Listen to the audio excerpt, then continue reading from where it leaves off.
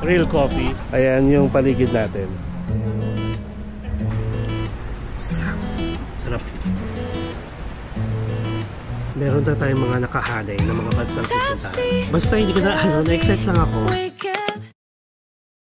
So guys, nandito tayo ngayon sa Station 2 sa may tapat ng Real Coffee. So ayan yung Real Coffee sa likod ko. Kakatapos lang natin maligo. Wala kasi yung diving case nitong camera ko, kaya hindi ko siya dinadala sa tubig. Pwede naman siya like up to 10 meters deep.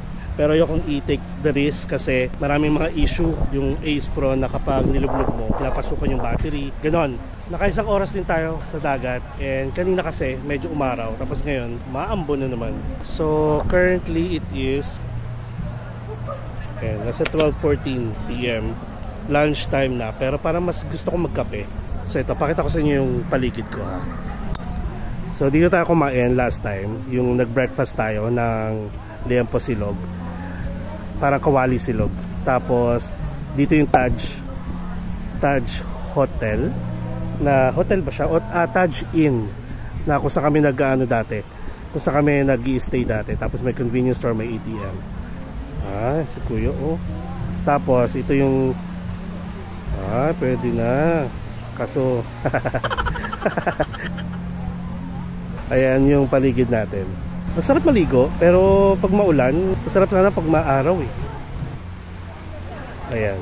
Tapos may Halo Mango dito. Halo Mango, may Pascual Store, convenience store. Tapos may shawarma and tacos. Hindi ko alam kung open pa. Mukhang closed na. Tapos ito yung Kelana Beach Pub, pero sa taas niya yung Real Coffee, the original calamansi muffin daw. Diyan kami nag-try before. Nung dumaan tayo dito may harang yan actually, pero ngayon wala na. Siguro dahil sa pag malakas yung hangin. So pwede tayong makyat. Gusto ko lang mag-coffee. Hindi ko alam kung anong coffee, pero baka mag-acid tayo. Anyway, check natin kung ano pang na offer sa gilid. Dito yung daanan sa gilid. Hello at. Dito na ba order? Or sa taas na? Taas. Ayun.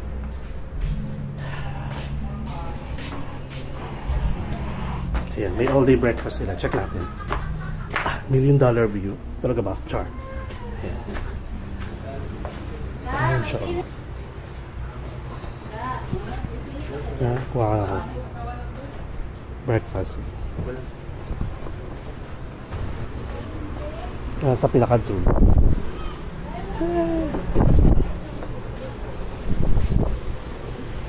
Yan.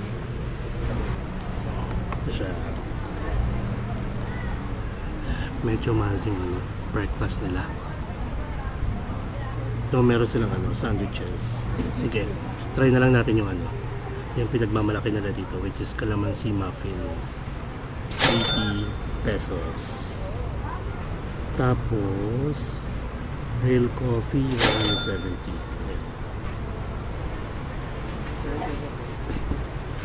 Kaya isang calamansi muffin. Isang calamansi muffin. Tapos yung Real Coffee. At po yung Real Coffee, sir. Sige. Thank you. Ayun na. Thank you. Maganda naman yung view dito. Tingnan nyo.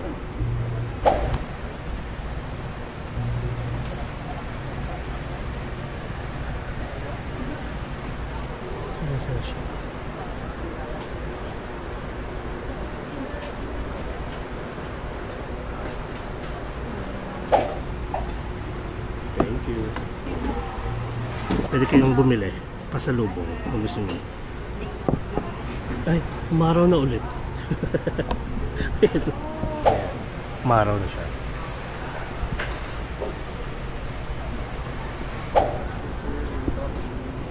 Thank you. Okay na. Salamat. Oo nga naman.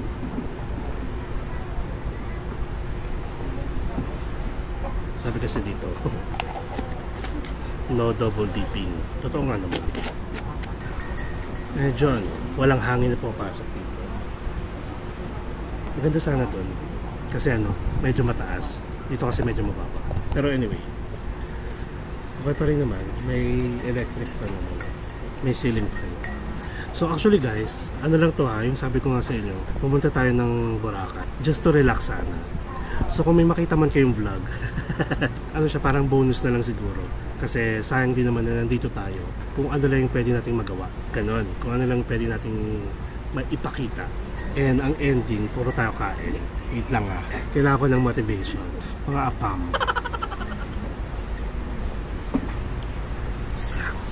Sarap.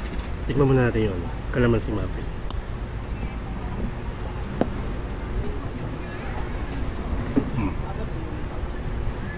Lasang-lasa yung calamansi. Masarap siya sa kape.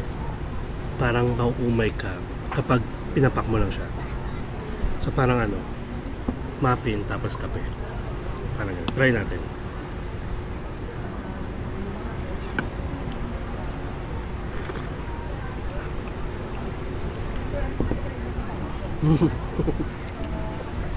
Maasim pa rin.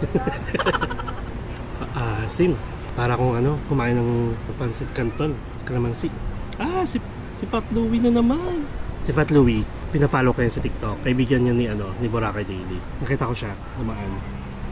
Tapos yun guys, going back, yung pagpunta natin dito, after ng vlogmas talaga natin, grabe yung nangyari. Like, every weekend, Chiang Mai, tapos edit Chiang Mai, ganoon. Tapos may work pa ako. Kaya minsan parang ang nangyayari, wala akong pahinga. Kaya sabi ko ay parang gusto kong pumunta sa isang place na gusto kong makapag-relax. Which is so far in fairness, dito sa Boracay, nakakatulog ako mga 8 hours, 9 hours. Hindi ko kasi nagagawa yun sa bahay. Kasi syempre may baby tayo.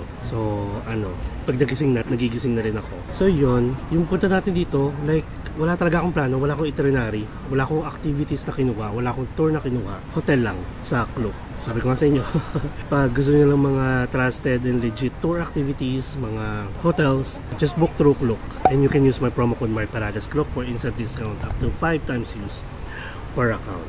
And yung stay natin dito, parang pag may naisip lang ako na kunwari may gagawin tayo, ayun, binavlog ko na lang para at least may pakita rin ako. And so far, lahat ng vlog natin dito parang puro kain. Meron tayong Laod Restaurant, which is parang mas okay pala. Like, maganda yung naging idea ko na mag-vlog ulit sa Laod Restaurant kasi may bago, may changes dun sa rates ng dinner buffet. Plus, hindi na nga ganun karami yung siniserve nila compare before na na-try natin. Next is, nag-try tayo sa lunch buffet dito sa Eat by the Beach. In fairness naman, worth it din. Kasi, first time ko siya na-try. Tapos, for the price of $3.99, ang dami nung food. Refill ng refill. And then, hindi ka talaga mauubusan. Tapos, mabait yung mga staff. Worth it. Kasi pagkakain ka sa labas, like kahit sa Andok, sa Mang Inasal, kahit mag-isa ka lang, yung meal mo pwedeng umabot ng 300 to 400 kahit isang tao lang yun. And, why not mag-lunch buffet ka na lang, diba? Sa Eat by the Beach. Nakita ko yan kasi ni-recommend ni Boracay Daily sa TikTok. Next is nagshabukan. Since maulan dito sa Boracay, naganap tayo na parang sabaw. Parang gusto ko yung mainit tapos maanghang. Yung mala hot pot. Tapos shabu-shabu. Nagkataon na meron ako nakita sa Google Map na shabukan niya. I think it has 4.4 stars rating sa Google. Actually marami dito. Pero nung na-experience ko siya guys, for $7.99 kasi meron na siyang shabu-shabu. May griller ka na, tapos may sanggip ka na, griller, tapos may shabu-shabu ka pa. For the price of $7.99, may pork and beef ka na, tapos unlimited na yung mga sides, unlimited yung mga gulay. Worth it siya. Compared din sa mga nakikita natin sa Manila, kasi Manila. Pero in fairness kasi nasa Boracay tayo, $7.99, parang lugi nga sila sa akin. Nakailan ako nun. Tapos ang sarap ng fried chicken, ang sarap ng sauce, yung peanut sauce. Tapos ang mabait mo yung mga staff. Binigyan ko ng tip. Nasabi ko lang kasi ano, parang $7.99 siya, diba? Siyempre yung ginawa ko ng 1,000, binigay ko na sa deserve naman nila. Ayun, tapos ano pa ba? Ito, sa Real Coffee para na makapagkwentuhan tayo. And then yung DIY transfer natin from Boracay Airport or Caticlan Airport going here sa Boracay Island na na-scam pa tayo. Muntik na tayo ma-scam. Nakuha ko siya sa video, diba? Hindi ko na lang papakita yung mukha guys. Warning na lang yun kasi nasabihan ko naman yung head nila. So dapat talaga guys, kapag pumunta kayo sa isang lugar, lalo na kahit sa atin, para iwas sa scam, manood na kayo ng mga vlogs, mga tutorial, mga guides, mga walkthrough, para at least alam nyo yung mga rates. Kapag siningil kayo or may nag-offer sa inyo, at least pwede nyo sabihin na ang taas, ang baba, or scam ba yan, mga ganun, diba? Akala nila siguro hindi ako pabalik-balik dito. Parang $450, tapos nung narinig ko ulit yung recording, $250 pala yung una niyang sabi. Nung siguro na feel niya na nakakamera ako or nakaano, ginawa niyang $150. Pero still, kung paano na lang kung mga foreigner, di ba? Sabihin natin, may yaman naman yung foreigner, pero still, di ba, nakakasira ng image ng Boracay. Marami pa yan actually. May mga TikTok ako na nakikita, napapanood na kahit yung mga nag-o-offer ng mga water activities, mga na-scam, dito mismo ha. Kasi maraming dito nagpapalibot-libot, nagpapaikot-ikot ng mga scammer. Like, hindi legit. Kung sabihin natin, totoong nakakapag-provide nga sila ng water activities, for sure, wala siyang mga insurance. Pag may nangyari sa inyo, wala yan. Tatakbuhan lang kayo. Lalo na sa water activities, guys, mag-iingat kayo kasi nga, di ba? Tubig yan. Hindi nyo makokontrol. Pag may nangyari sa inyo sa tubig, wala. So yun. Tapos yung pinagsaya natin, yung Red Coco Indi Boracay, okay naman so far. Komportable ako matulog. Nakakatulog tayo. Yun nga lang yung internet, medyo so-so. Pero overall naman, okay naman siya. Yung parang walang pakilamanan. Pag gising mo, labas ka. Pag uwi mo, tulog ka. Swimming ka kung gusto mo. Mag-alagala ka, okay lang. Walang mangugulit sa'yo, ganun. Tapos kung magpapalinis ka ng room, sabit mo lang yung signage, ganun lang. Ganun kadali. And yung hotel natin, nakuha ko siya sa Klook, guys. Yun lang yung parang pinaka-hotel na nakuha ko sa Klook. Then the rest, wala na. Puro kain na tayo dito.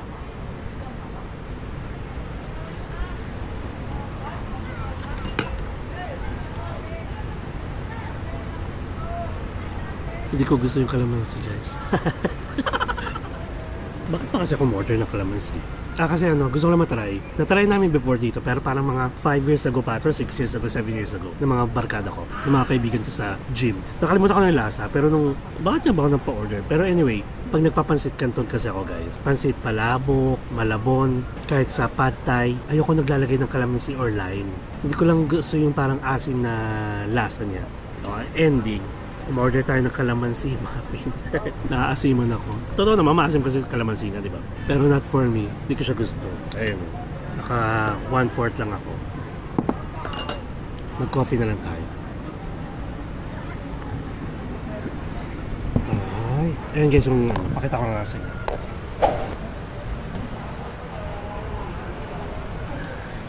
Ayan. May view naman tayo dito. Yan, tumigil na, nawala na naman yung araw, pero nawala na rin yung ambon. In fairness naman sa coffee nila, real coffee talaga. Aray. A cup of coffee, a cup of tea, a cup of love for you and me. Akala ko nawala yung phone ko. Sa iba nakasuksok. Ayun, so far guys, na-enjoy ko naman yung stay ko dito sa Boracay. Sabi ko nga sa inyo, diba, nakapag-chill ako. Not chill na uminom-inom ayokong magkasakit. Baka pag uminom ako, magkasakit tayo. Ayoko rin yung yung parang may hangover na feeling. So talagang gusto ko unwind, chill, ganyan. Gusto ko pa sana mag Movenpick, mag-stay sa Movenpick, guys. Kaso, naisip ko, parang matutulog lang naman din ako. Di ba may complimentary drinks tayo doon na kinukuha, wine or cocktails. Sabi ko, malalasing tayo. So yun, saka na lang, next time na lang. Guys, panibula pa lang naman to ng taon, di ba? Parang gusto ko, chill yung binibigay ko sa inyo. Relaxing moment. Chill moment. And guys, sabihan ko na kayo, we are going back to Hong Kong and Macau this January. Pero siguro mga post na niyan, mga uploads. Medyo malapit na kasi siya sa end of January. So, ang post niyan mga February, first week, mga ganun. Or, siguro mga ganun, first week. So, abangan niyo yan sinabi ko na agad, Hong Kong and Macau. Kasi marami tayong activities guys sa Hong Kong na hindi nagawa. Marami rin tayong hindi pa nagawa sa Macau kasi parang limited lang yung time natin Parang overnight lang ata tayo sa Macau. So, this time, abangan nyo. Mas bongga. Ay, guys, share ko na lang din. May nakita ko sa Facebook, yung The DIY Traveler PH. Pinakinggan ko guys, pinanood ko yung mga videos niya. Lalo na yung sa Macau. Parang guide talaga, walkthrough. Ang galing guys. Ito yung mga hinahanap ng first time talaga. Manood kayo. The DIY Traveler PH. Ito yan Natuwa ako kasi parang, alam mo yung goal ko, di ba? Na makapagbigay ng guide sa inyo, makapagbigay ng walkthrough. Nung pinakinggan ko or pinanood ko yung isa niyang video, isa palang video na papanood ko, yung parang ang sabi niya, HK to Macau. Guys, napaka-clear, tsaka napaka-detailed. Panoorin nyo. Papanoorin ko yung niya, mga vlog niya about Macau. Pero sa Hong Kong guys, torn ako between Ocean Park or Disneyland. Kasi na-try na natin yung Ocean Park, na-try na rin naman natin yung Disneyland. So bahala na kung magaganon pa rin tayo. Pwede naman, why not, diba? Kung babalik naman tayo, why not? Tapos mag-ano tayo, hindi tayo nakapag-tram, hindi tayo nakapag-Victoria Peak. Yun yung mga ito-try natin. Hindi tayo nakapag-market, yung like latest market. Marami tayong hindi nagawa talaga.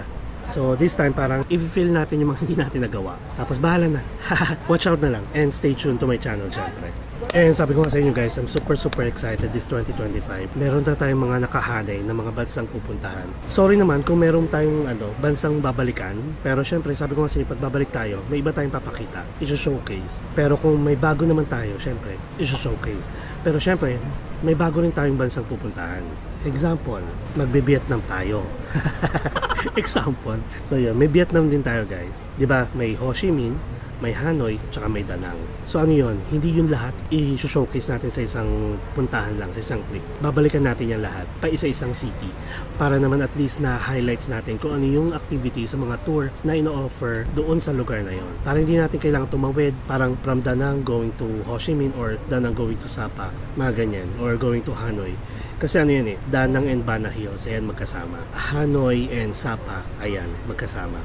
Tsaka yung Ho Chi Minh, hiwala yun. Kasama na yung Halong River, Cameroon. Mga ganun. Basta, tapos ano pa ba? Basta hindi ko na, na-excite lang ako. Kaya nasasabi ko sa inyo. Pero at least meron kayong ilo-look forward. May Hong Kong, Macau tayo ng January. May Vietnam tayo na February. Uunahin muna natin guys ang Da Nang and Bana Hills. And for sure guys, may enjoy nyo yung ipapakita ko sa Bana Hills. Kasi nakabook na ako ng mga hotels under Accor. And platinum na tayo, di ba? So meron tayong parang lounge access. Kung meron man silang executive lounge. At saka mga rooms natin upgraded into either suite or basta napakagandang room. Kaya I'm super excited guys to show you that. Ayan, i-look forward nyo na yan. Tapos, marami pa. Saka ko na sasabihin nyo iba. Pero January, February muna yung sasabihin ko. I'm super loving it. Umaraw na naman. Pero tapos na tayo maligo. Ang dami kong mga nakikitang opa. Ang yayami. Pero mga ay, may nag-yosi. Pag nakakaamoy ako ng yosi guys, medyo inuubo ako. Tsaka sisipon. Ewan ko may allergy ako or anything. Ewan. Buti na lang dito, may mga designated areas for smoking. Pag kayo nahuli guys, lagot kayo. Hindi ba lagot? Like, titikitan kayo kasi nga, matinik yung mga pulis dito. Maghuhuli ng mga ganyan, mga bawal. Maraming bawal na dito guys ha. May parang tarpaulin ako nakita na maraming bawal dito. Nakuhaan ko siya sa isang vlog natin. Pero at least dapat aware kayo. Yung nakuhaan ko siya nung nag-eat by the beach tayo na restaurant. Aware kayo guys kasi maraming bawal. Kasi nga syempre, di ba galing to sa reclamation. Ilang years na rin after no reclamation. Ayan, kahit pa paano naman, minimaintain sana nila yung kalinisan, walang mga pasaway. Though hindi talaga maiwasan yung pagbabaha dito guys. Hindi na siguro nila magagawa ng paraan yun. Kahit konting ulan, basta o kaya may bagyo, grabe yung baha. Hindi ko alam kung paano ko ibabalot yung Calamansi Mapping.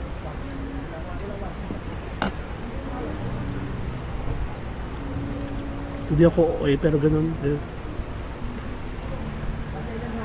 Hindi lang talaga ako mano sa Calamansi. Ayun. And if you want yung mga daily updates dito sa Boracay guys, follow nyo si Boracay Daily sa TikTok. I'm so lost without you. Ganun music. I'm all out of love. I'm so lost without you. Ayun, chill lang tayo dito guys. Makipagkwentuhan lang ako sa inyo. Ano pwede kong i-share? Actually, ang bala ko rin sana, parang sumagi lang siya sa isip ko na kumuha ng ng tour, yung legit. Meron naman ako mga nakakausap. Kaso yun nga, napaka-unforeseen ng weather. And uulan, aaraw. Gusto ko sana mag-land tour na may may i-rent ng mga tuk-tuk talaga or yung e-trike nila. Yung may mag-guide talaga, may photographer ka, mga ganun. Gusto ko rin sana mag-water activities, pero yun nga, napaka unpredicted ng weather. Ayoko naman kasi mag-water activities tayo na hindi maaraw, di ba? Gusto ko syempre maganda yung dagat. Tapos kung mag-land tour tayo, syempre may kasamang photography session. Gusto ko rin naman maganda yung araw. Ayoko nang makulimlim. So yun, ang ending wala tayong nakuha. So yun, kumbaga parang gusto ko kasi makakuha ng isang legit tapos ipopromote natin katulad mga nagawa natin sa di ba? Kay Kuya Jap sa Siargao, kay Kuya Melvin at saka kay Kuya Jonathan sa Bohol. Tapos yun, gusto ko makatulong. Yun nga lang, wala tayong nakuha, sayang. Though may gusto naman, pag gusto may paraan, pag ayaw may dahilan. Hindi lang talaga. Okay lang kasi yung weather. Meron akong contact actually. Pero syempre hindi ko pa naman natatry kung legit. So hindi ko muna siya ipopromote. share ko na lang yung experience natin sa Vlogmas. Yung sa ginawa natin sa Chiang Mai. Grabe. As in, nakakapagod. Pero yung pagod ko, nawala lahat nung patapos na. Like yung pinaka-last natin na episode ng Vlogmas, guys. Yung lantern, nawala lahat ng pagod. As in, worth it na worth it. Yun lang, guys. So, I hope, guys, kung nakasama ko kayo from 2023, tapos nakasama ko kayo last year, 2024, I hope for the entire year, at saka sa mga upcoming years pa, sama-sama tayo mag-travel, sama-sama tayo mag-explore. Tutulungan ko kayo sa mga guides, sa mga walkthroughs na pwede kong i-share. Tapos I hope, guys, makita ko kayo, kahit saan man kayo, kahit saan man tayo magpunta. I hope makita ko kayo, mag-hi lang kayo, guys, friendly tayo, kahit may ginagawa ko, kahit nagba-vlog ako. Hi, hello, kung gusto niyo magpa-picture, like, kuhaan ko kayo ng picture together, pwede kayo mag-request sa akin. Okay na okay sa akin yan, mga yan. Gusto ko mas nakakatulong ako sa inyo na kumuha ng memories, ng mga pictures, videos, pang TikTok nyo, pang Reels. So guys, I hope na makasama ko pa rin kayo, mga avid fan. Sana meron. Makasama ko pa kayo 2025, 2026, 2027 hanggang sa maging successful yung vlogs natin, yung channel natin. So currently, guys, nasa 25,000 tayo. Going 26,000 in fairness. Nasa almost 26,000 na tayo. I hope na umabot pa rin mga 30,000, 40,000, 50,000 hanggang sa dumami pa. Mas okay na sa akin actually kahit wala masyadong nanonood. Basta yung mga kailangan, mga na-entertain, mga first time na naghahanap ng guide, sana mapanood nyo. And sana dumami tayo, hindi yung mabawasan. Kung may mabawasan man, that's life. But still, we will continue and we will stick to this goal na makatulong sa mga first time travelers. Actually, hindi lang first time. Kahit mga frequent travelers na baka may mapulot yung ideas na hindi nyo alam, di ba? Why not? So yun, thank you so much, guys, talaga. Kasi hindi naman ako parang magkakaroon ng motivation kung hindi dahil sa mga nanonood, di ba? Sa mga nag-aabang palagi ng vlogs natin, mga ganun. Yun lang, guys. And again, kung nagugustuhan niyo yung mga videos natin, don't forget to like the video, share na rin, and comment below kung may mga questions kayo. And syempre, please subscribe to my channel, Mark Paragas Official, and hit the notification bell para updated kayo sa mga upcoming travel vlogs pa natin this 2025. Basta guys, palagi kong sinasabi sa inyo at hindi ako magsasawang i-remind kayo na you need to enjoy life. Kahit naman sa maliit na bagay, basta makapag-unwind kayo, makapag-chill kayo, makapag-relax kayo, makapag-enjoy kayo. Yun ang mahalaga. Kahit hindi man abroad, domestic, kung kahit yan sa probinsya lang, basta makapag-travel, go. Enjoy every moment, live life to the fullest. And katulad ko, guys, I'm already 30. Tumigil sa 30 yung edad. So basta gano'n, nasa line of 30s. Pero tumigil na yung age ko sa 30. You will never get to this age again. Mag-travel lang kayo na mag-travel hanggat kaya. And please, do whatever makes you happy. And syempre, follow me as we discover the world one step at a time. See you guys on our next travel vlog. Chup chup.